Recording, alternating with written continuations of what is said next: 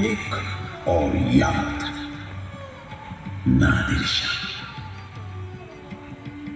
और उसने ये राज नादिर को बता दिया।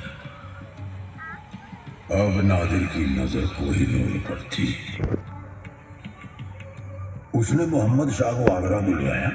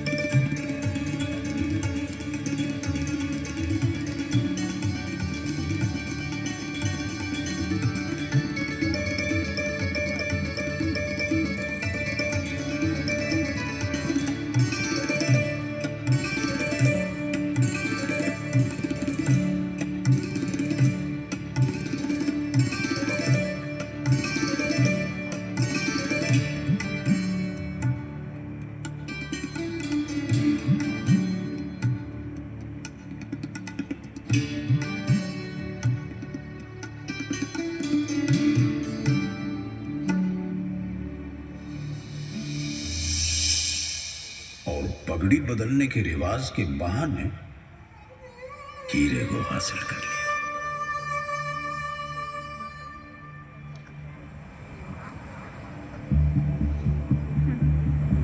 खौफनाक हमलों, लूटपाट और लंबे संघर्ष के बाद कभी शाम से खड़ा ये लाल किला अब खोखला हो गया था। 18वीं सदी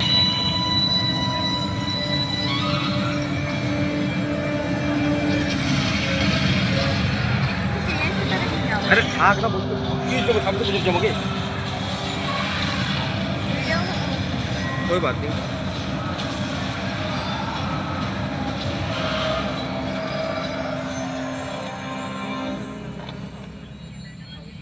लगता है बारूद के गोलों की बरसात अब रुक गई है। शायद नजीब ने मराठों की सभी शर्तें मंजूर कर ली। मराठों ने आलमगीर को तख्त पर बैठा तो दिया, लेकिन दिल्ली में अब पेशवा का ही राज था और लाल किला मराठों का हो चुका था।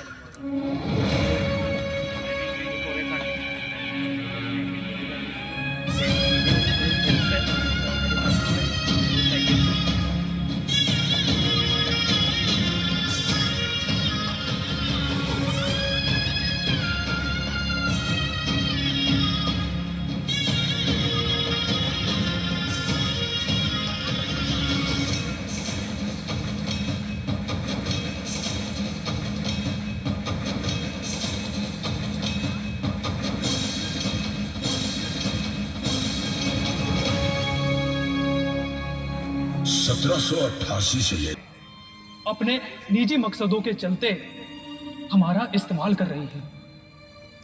सरहदें तो तब पार हुई जब हमें जबरन राइफल इनफील्ड चौगन थमा दी गई। इस राइफल को चलाने के लिए कार्टेज को मुंह से फाड़ना पड़ता है। कार्टेज को दांत से फाड़ने का मतलब गाय और सुअर की चर्बी को अपने मुंह से लगाना। और अब बगावत तो होकर रहेगी। आज से हर दिन तक हमारा नाम और हिमायत दोनों हिंदुस्तान के साथ रहेगा। हम सब एक होकर अपनी जमीन की आजादी के लिए जंग लड़ेंगे। लाल किले से दी गई 21 तोपों की इस सलामी से पूरा शहर जागा। सदियों बाद शाही तख्त को अपनी खोई हुई इज्जत वापस मिली और पूरा देश दुश्मन का सामना करने के लिए एक होकर खड़ा हुआ। आजादी की ये जंग बख्त खान की अगुवाई में लड़ी जा रही थी, जिसे खुद बादशाह ने चुना था। हिंदुस्तानी फतेह के बहुत करीब थे, जब बख्त खान ने बादशाह से अपनी अगुवाई में एक आखिरी जंग लड़ने की दरख्वास्त की। बादशाह ने बख्त खान की बात मान तो ली, लेकिन उन्हें क्या मालूम था कि उनके महल में ही अंग्रेजों के वफादार खबरी छुपे बैठे हैं। कोई और नहीं बल्कि उनके अपने परिवार के सदस्य। बदकिस्मती से वो गद्दारों के बहकावे में आ गए और उन्होंने जंग में अपने फर्ज को त्याग दिया। फिर घुस पड़े अंग्रेज लाल किले के अंदर। सैनिकों का जोश टूट गया और वो बिखरने लगे। शाही परिवार हुमायूं के मकबरे में जा छुपा। उन्हीं के बीच छुपे हुए गद्दारों ने बादशाह से आत्मसमर्पण करवा दिया और अंग्रेजों ने मौका मिलते ही लाल किले पर कब्जा कर लिया। दिल्ली में लूट के नजारे थे और अंग्रेज अफसर हॉडसन को अपने कातिलाना इरादों को अंजाम देने का मौका मिल गया था। Major William Hodson,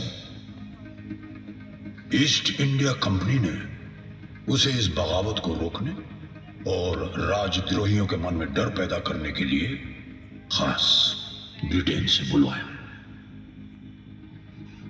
This is Brevet Major Hobson,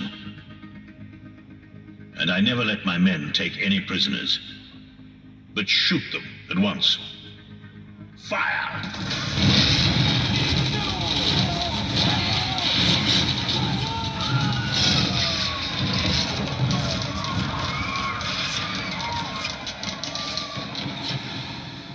और फिर अंग्रेजों ने लाल किले में चलाया पहला राजद्रोह का मुकदमा। कई शहजादों को फांसी दी, कई इनकलाबियों को मार गिराया।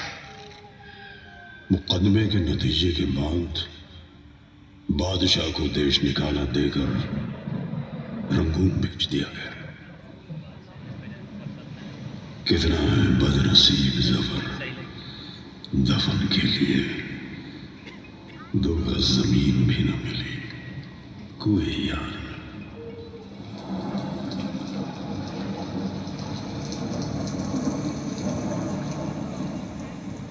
अब लाल किले पर अंग्रेजों का कब्जा था। इस 1857 की जंग के बाद ईस्ट इंडिया कंपनी का भी अंत हुआ। हिंदुस्तान अब अंग्रेजों की महारानी के साम्राज्य का हिस्सा बन गया। अंग्रेजों ने लाल किले में बने महलों के शाही खजाने को लूट लिया, बेआबरू कर दिया इसे, जैसे किसी जीते जागते इंसान के अंदर से रूह खींच ली हो। 1857 में जो आग देश की आजादी के लिए उठी थी, अंग्रेजों ने उसे दबा तो दिया, लेकिन उस आग ने ज्वाला का रूप ले लिया था। देश को अंग्रेजों से आजाद कराने के लिए वतन परस्ती की अलग अलग आवाजें उठी। मुल्क में इनकलाब को एक नई दिशा मिली। 1911 में अंग्रेजों ने दिल्ली को अपनी राजधानी बनाया तो लाल किले की अहमियत और उभरी। एक बार फिर वो हिंदुस्तान का प्रतीक बन गया। अब हिंदुस्तानी जानते थे कि अंग्रेजी हुकूमत को हटाना है तो लाल किले पर भारत का झंडा फहराना होगा।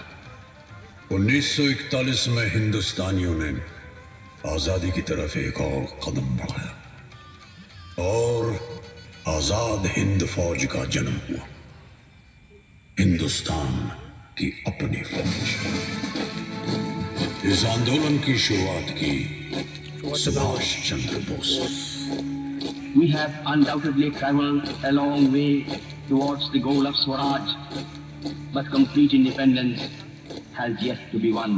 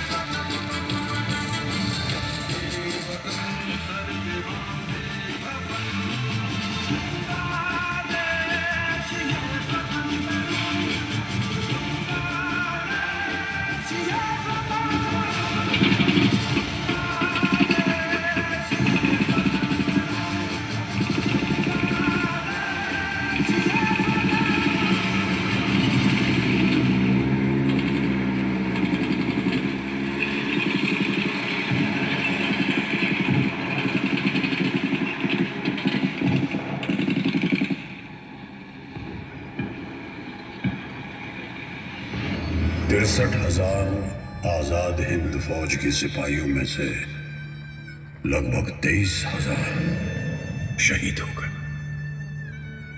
कुछ 15,000 को रंगून, बैंकॉक और सिंगापुर से पकड़ पकड़ कर हिंदुस्तान लाए। नीलगंज, मुल्तान, मद्रास और कई अन्य जगहों पर उन्हें कैद करके उन पर जुल्म ढाए गए। कितनों को तो राजद्रोही करार देकर फांसी के फंदों पर चढ़ा दिया।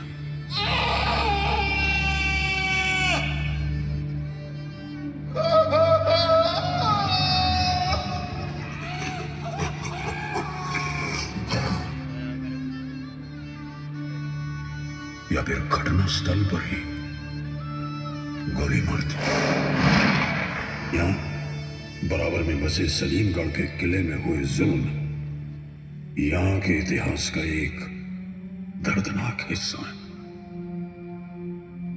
नवंबर 1945 में आजाद हिंद फौज पर पहला मुकदमा इसी लाल किले में चलाया गया।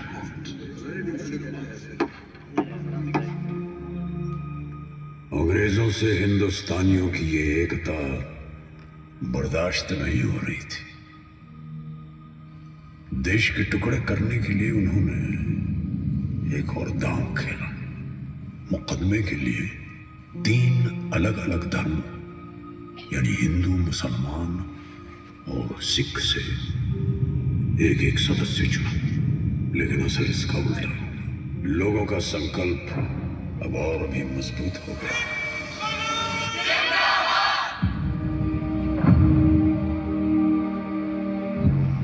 पूरा देश इन तीनों जवानों के हक में उठ खड़ा हुआ।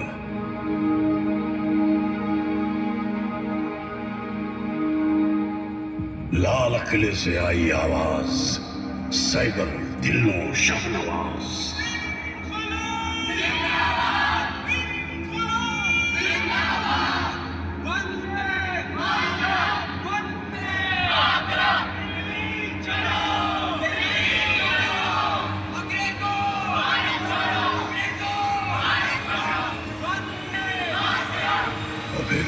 सपना साकार हुआ।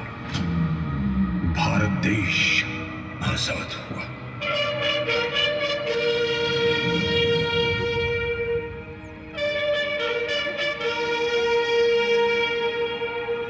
आजादी का तिरंगा बड़ी शान से लहराया गया इस किले पर, इस लाल किले पर। On this historic day, when India took her fate as a free and independent dominion of the British Commonwealth of Nations, I send you all my greetings and heartfelt wishes. Long years ago, we made a pact with destiny. At the stroke of the midnight hour, when the world sleeps, India will awake to life and freedom.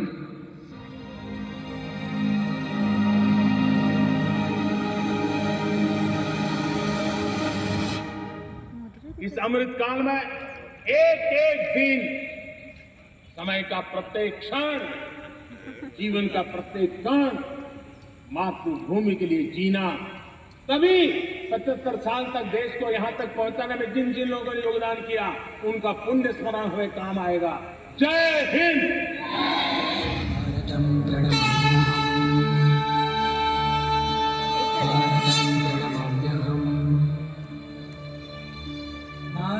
प्रणमाम्यहम् भारतं प्रणमाम्यहम्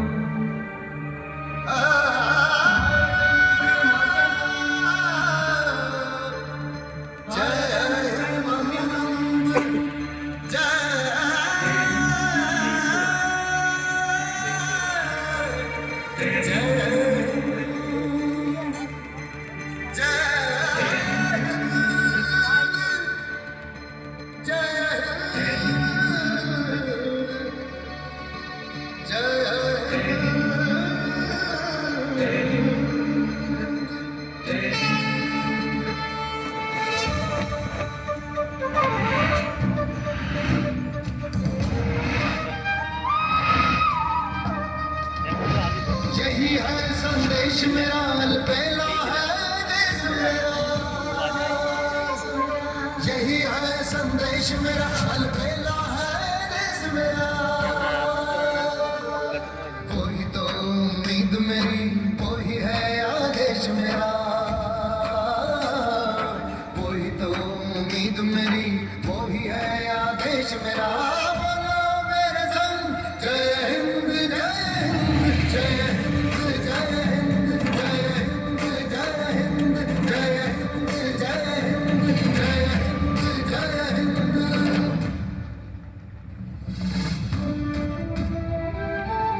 वन्दे मातरं वन्दे मातरं सुजलां सुफलां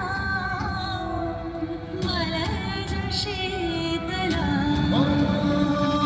मेरा दिल मेरी जान, मैं हूँ कुर्बान हिंदुस्तान। तेरे सदके मेरे अरमान, मैं हूँ कुर्बान हिंदुस्तान। सारे जहां से अच्छा हिंदुस्तान हमारा, सारे जहां से अच्छा। हम बुलबुले गुलसिके, ये गुलसितां हमारा। सारे जहां से अच्छा हिंद कहूँ तो सर में और मस्तक हो जाना है। हिंदुस्तान का नाम मेरी नस नस में घुल जाता है। हाँ बोलो मेरे संग, जय हिंद जय हिंद जय हिंद जय हिंद जय हिंद जय हिंद जय हिंद जय हिंद जय हिंद जय हिंद